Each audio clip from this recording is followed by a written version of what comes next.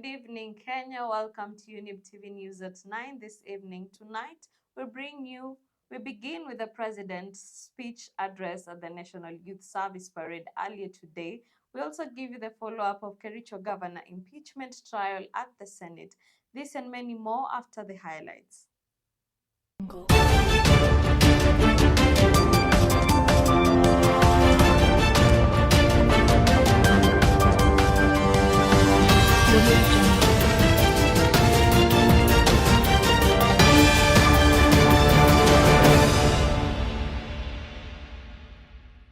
Senate requires neutral, impartial, and dispassionate advice on the matter away from the witnesses of the parties.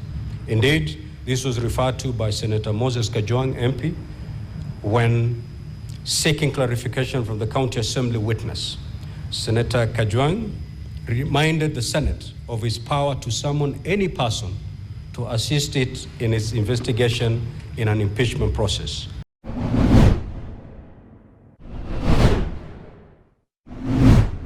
Jennifer naye alidhulumiwa kwa kunajisiwa na mwingine pia alinajisiwa kisha akauawa.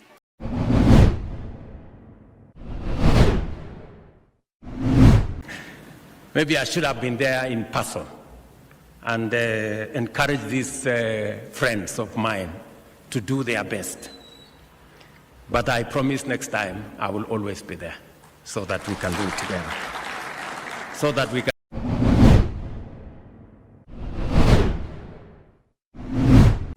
Yes. We propose a water pond per village in ASAL areas, and this will create 1,000 good jobs for engineers if these measures in water sector are undertaken.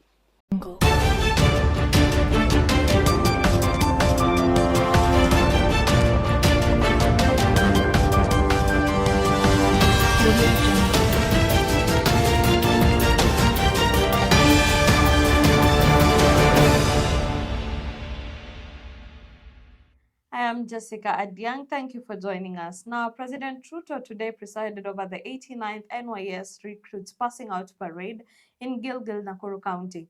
During the ceremony, President Ruto said that his administration has started construction of hostels on NYS Gilgil campus that will accommodate 20,000 more young people.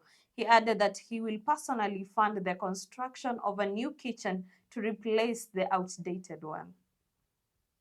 And it is my intention, working with the ministry concerned, to make sure that this National Youth Service become the channel of ensuring that children from across Kenya, especially from underprivileged communities and families, find a path to the future by using the platform of the National Youth Service. That is why we have started the construction of hostels in this campus, 20 that will accommodate 20,000 more young men and women, so that we can expand access to more young men and women from across Kenya. I am informed that there is a problem with the kitchen here, that it is very old and doesn't have the requisite equipment. And I have undertaken that I will build the kitchen myself and hand it over to you people before the end of the year. And continue to improve the facilities in this campus and all the other National Youth Service campuses across Kenya, so that we can tap into the tremendous potential that National Youth Service presents to us, and especially to the young people of our nation. Now, President William Ruto has today hosted the Harambee Stars team that participated in the African Nation Championship CHAN 2025 in State House, Nairobi. While addressing the players, President Ruto lauded the players for making the country proud and united, even though they did not manage to reach the finals. He asserted that each of the Harambee Stars players will receive a two-bedroom house under the Affordable Housing Project. Again, congratulating Harambee Stars for a feat worth celebrating.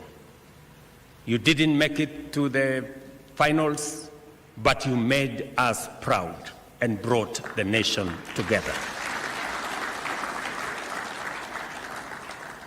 I know me and you had a deal. Captain, you remember? We had a deal. And I was really, really looking forward to each and every one of you owning a home. It was really my prayer and wish.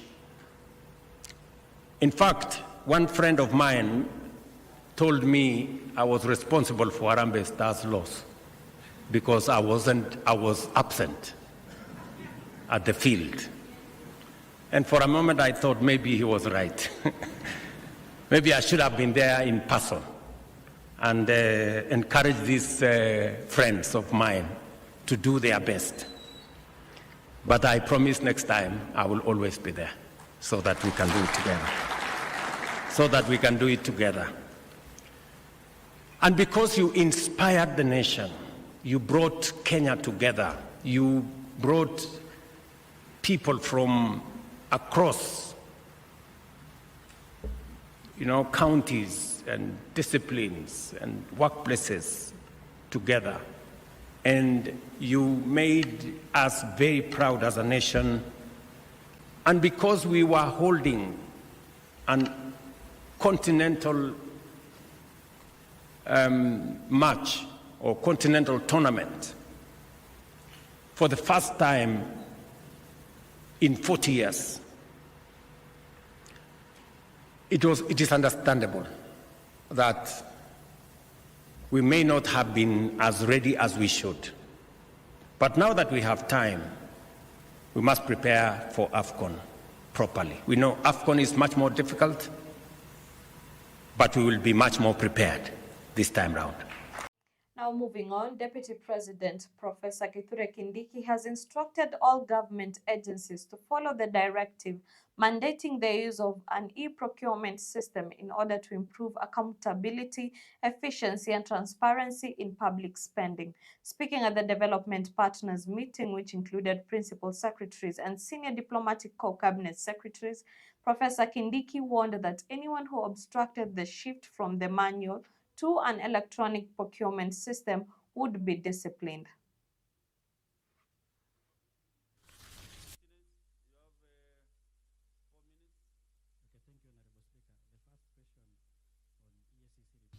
E-procurement increases transparency and accountability of public resources.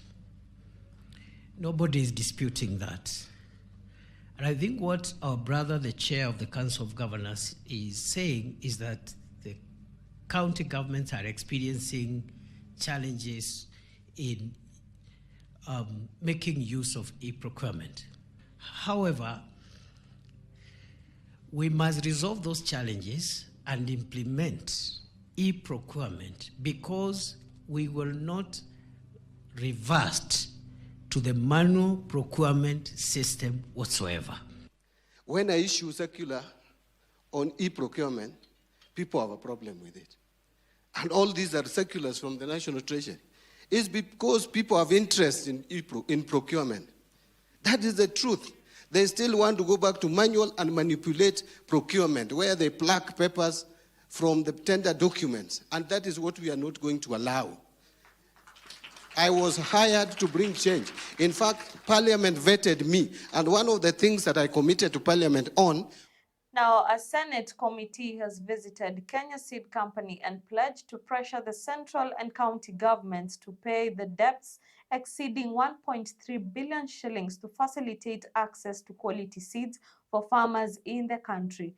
The committee's chairman, David Wakoli, said the company would improve production and enhance food security. The committee also recommended that the government allocate 200 million shillings to remove asbestos roofs that pose a health risk. The CEO of the Kenya Seeds assured Kenyans that there is enough rice and wheat seeds. So for Kenyans, what are the challenges that they are facing to make Kenya Seed a robust and solid institution in this country? Equally, to look at the pending bills that Kenya Seed is looking at national government and county governments to be able to run its activities. And for your information, the county governments owe Kenya Seed millions of shillings. The national government owes Kenya Seed over 1.3 billion shillings. And this is out of the government's directive to subsidize the seeds that Kenyans were buying last season. We are waiting for feedback from the government about 1.3 million kilos to support us pay the seed growers. And I think progress is going on, 1.3 billion Kenya shillings. And the progress is going on. And I think we are going to get feedback very soon so that we are able to meet that. Otherwise, we are moving on. Now with that story, we are taking a short break here at Younib at 9, but we will be back with more updates.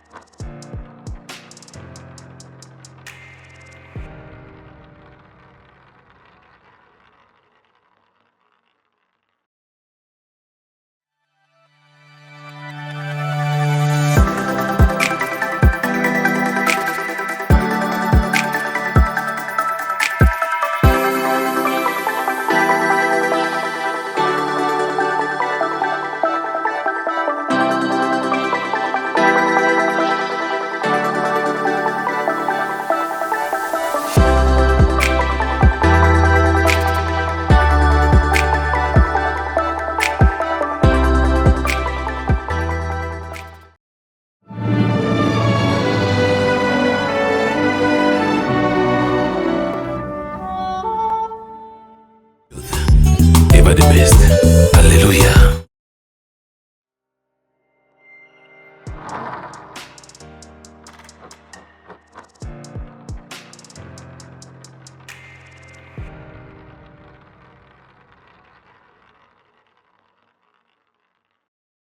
Welcome back and thank you for keeping it Younib at 9. Now, the Senate Speaker Amason Kingi has granted Kericho Governor Eric Mutai's request to question the procedure that resulted in his dismissal from office by introducing testimony from an ICT specialist in the ongoing impeachment hearing. The governor's legal team, headed by Attorney Katua Kigen, informed the Senate on Thursday that Mutai's impeachment voting procedure was improper. It was requested that Kigen provide documentation to back up his claim that certain procedures were not followed. Honorable Senators, I also wish to make an additional ruling on this matter. It has become apparent from hearing the evidence so far adduced in this case and the examination, cross-examination and re-examination of Mr. Alfred Korir Kimtai, Head of Information Communication and Technology, Kericho County Assembly, as well as the request by the governor's application to call the expert witness, that the Senate requires neutral, impartial, and dispassionate advice on the matter away from the witnesses of the parties. Indeed, this was referred to by Senator Moses Kajwang, MP, when seeking clarification from the County Assembly witness. Senator Kajwang reminded the Senate of his power to summon any person to assist it in its investigation in an impeachment process. The Senate has indeed invoked this jurisdiction before. For this reason, therefore, I direct the Office of the Clerk to immediately contact the Information Communication Technology ICT Authority of Kenya and request the authority to provide the Senate with 2 ICT experts to come and assist the Senate in this matter. I direct that the Office of the Clerk provides facilities for the 2 experts from the ICT Authority to sit with the head of ICT of Kericho County Assembly and the ICT expert called by the Governor, together with the representatives, whether council or otherwise, of the County Assembly and the Governor, and for the experts from the ICT Authority to prepare a report for consumption of the Senate. The report, which must be brief and concise, should be submitted to the office of the Clerk of the Senate not later than 6 p.m. today, Thursday, the 28th of August, 2025, and must answer the following questions. 1, did an electronic voting process take place using the system? 2, is the number of MCAs who voted on the impeachment of the governor verifiable? Number 3, was it possible for any MCA or any other person who had a link to vote on the motion on behalf of an MCA or another MCA? Number 4, how many MCAs voted in the affirmative on the motion to impeach the governor? Number 5, is there any evidence of multiple voting or other compromise of the voting system and or impropriety in the voting system or process? It is so ordered. Now, away from the Senate, members of the Institute of Engineering Professionals in Kenya, IEK, are urging the government to create 10,000 jobs for unemployed engineers. Some of them staged a peaceful protest demanding the implementation of policies that prioritize local engineers in employment and ensure they are paid fairly. They called for inspections of foreign companies and strict action against those who use Kenyan license illegally. Yes. We propose a water pan per village in ASAL areas, and this will create 1,000 good jobs for engineers if these measures in water sector are undertaken. Your Excellency, a major expansion of the airports and the aviation infrastructure have a potential to create over 500 jobs for engineers. We believe that Kenya needs investment in a major upgrade to Jomo Kenyatta International Airport and construction of 2 additional major airports. We propose the engagement of Kenyan engineers in these initiatives to expand our aviation sector. Engineering is a highly demanding course, and it should be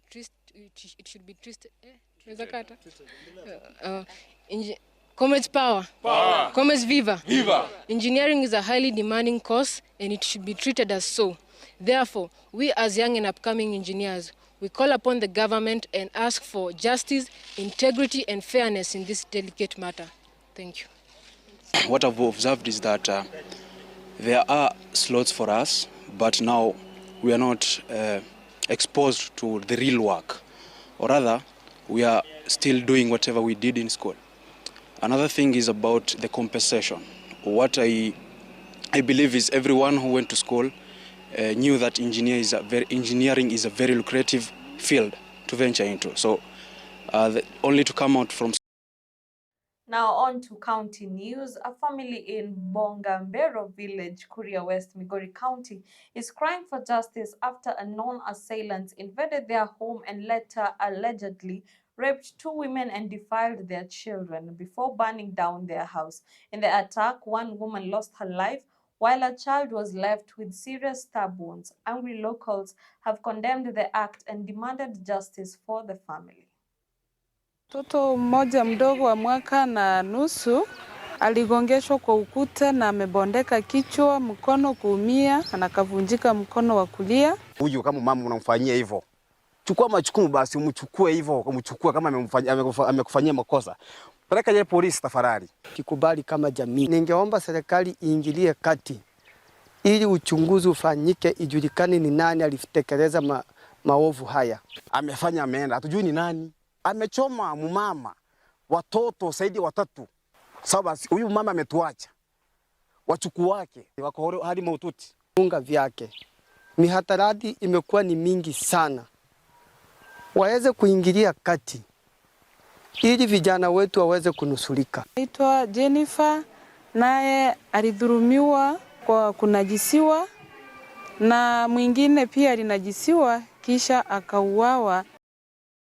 Now, 240,000 families are set to benefit from a clean water and energy project in Lamu, Tana River, and Garissa counties. According to the project manager from the Northern Regional Trust, Dida Fayo, the project aims to benefit the communities in the counties and protect the environment by using sustainable farming and fishing methods.